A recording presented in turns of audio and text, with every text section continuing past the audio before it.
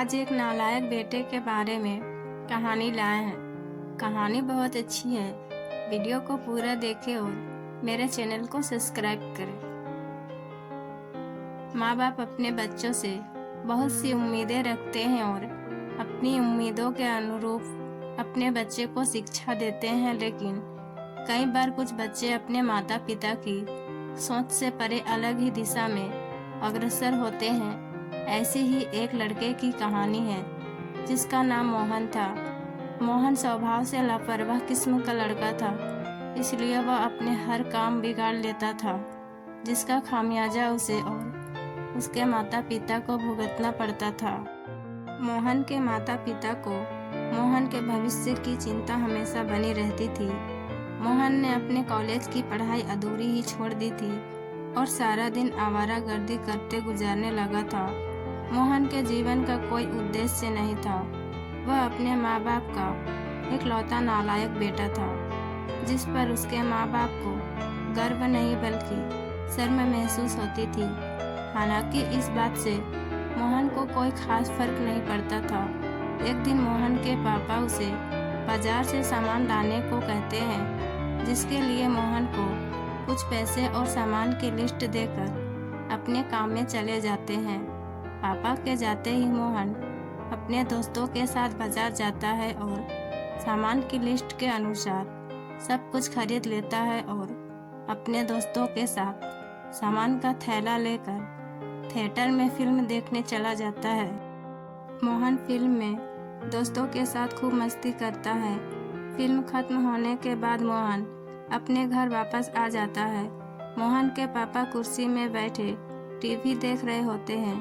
वह मोहन से सामान के बारे में पूछते हैं। मोहन तुरंत अपने खाली हाथ देखता है और घबरा जाता है, क्योंकि सामान का थैला उसके हाथ में नहीं होता।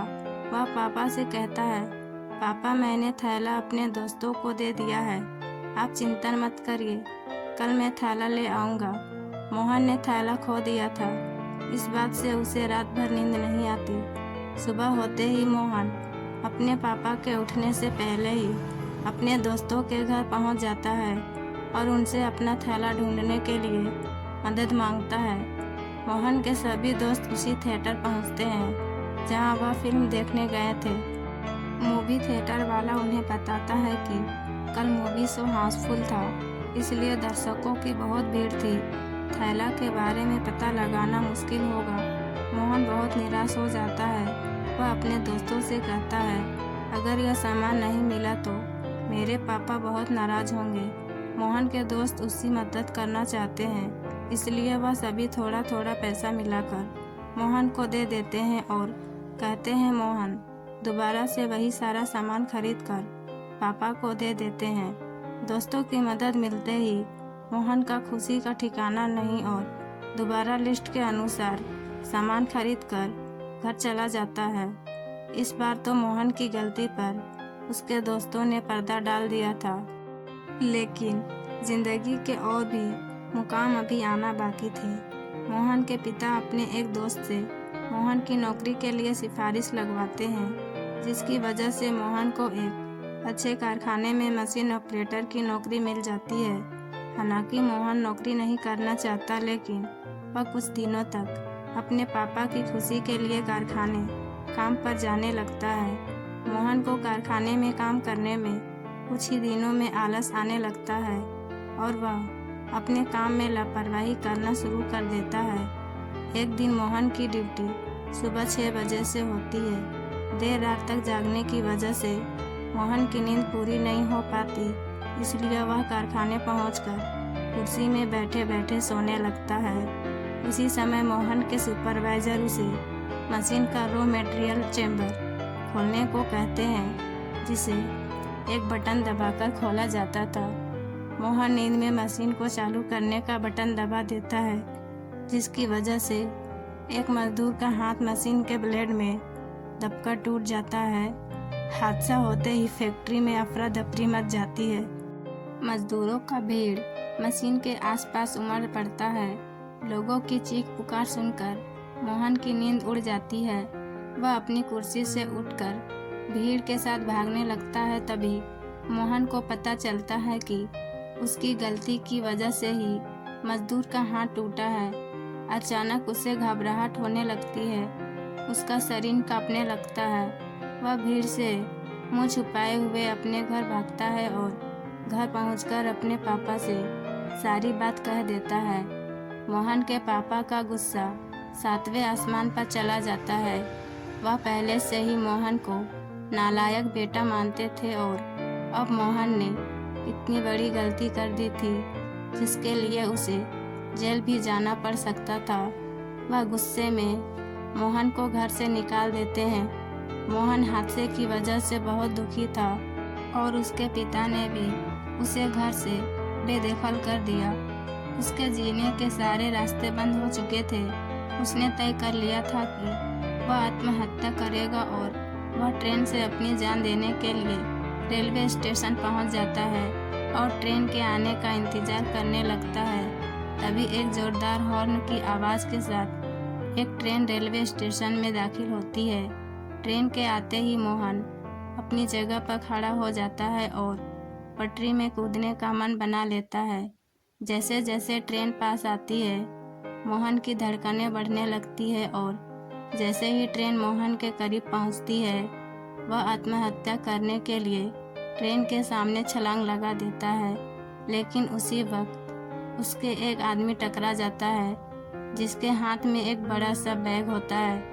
टक्कर की वजह से मोहन दूर जा गिरता है और उसकी जान बच जाती है। मोहन उस यात्री का बैग उठाकर उसको देता है, लेकिन मोहन को उसके बैग में बहुत ज़्यादा भार महसूस होता है और जैसे ही मोहन बैग की चेन खोलता है, वह चौंक जाता है। बैग के अंदर एक इलेक्ट्रॉनिक टाइम बम चालू हो चुका था, जिसके समय के अनुसार अगले 10 मिनट में वह बम फटने वाला था। मोहन बैग को लेकर स्टेशन के बाहर भागता है। अचानक वह आदमी भी मोहन के पीछे भागता है। हड़बड़ाहट में मोहन का संतुलन बिगड़ जाता है और वह रेलवे प्लेटफॉर्म के फर्श में गिर जाता है। उसी वक्त वह आदमी मोहन के पीछे भागते हुए उसके पास पहुंच जाता है और अपना बैग उठा लेता है, लेकिन उसकी किस्मत बुरी होती है क्योंकि रेलवे पुलिस के जवान वहां पहुंच चुके होते हैं और उन्हें देखकर मोहन जोर जोर से बैग की तरफ इशारा करके बम बम चिल्लाने लगता है। मोहन की आवाज़ सुनकर रेलवे पुलिस के जवान उस इंसान पर बंदूक तान देते हैं जिसके हाथ में बम वाला बैग होता है।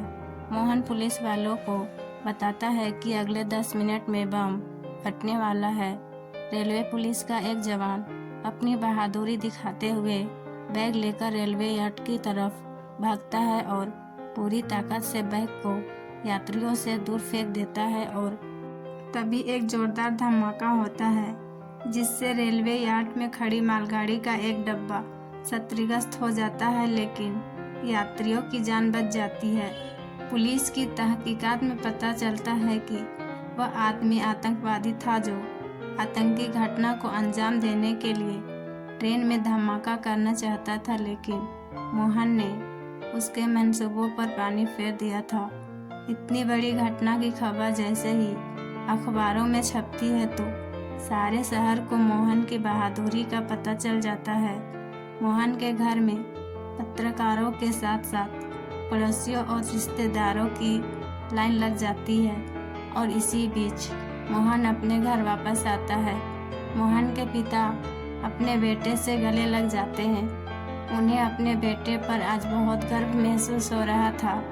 हो भी क्यों ना, नालायक बेटे ने काम जो इतना लायक किया था, मोहन के अच्छे काम की वजह से वह अपने माँ बाप के साथ साथ पूरे देश का लायक बेटा बन जाता है। और इसी के साथ यह कहानी समाप्त हो जाती है। कहानी अच्छी लगी हो तो वीडियो को लाइक, शेयर और सब्सक्राइब करें।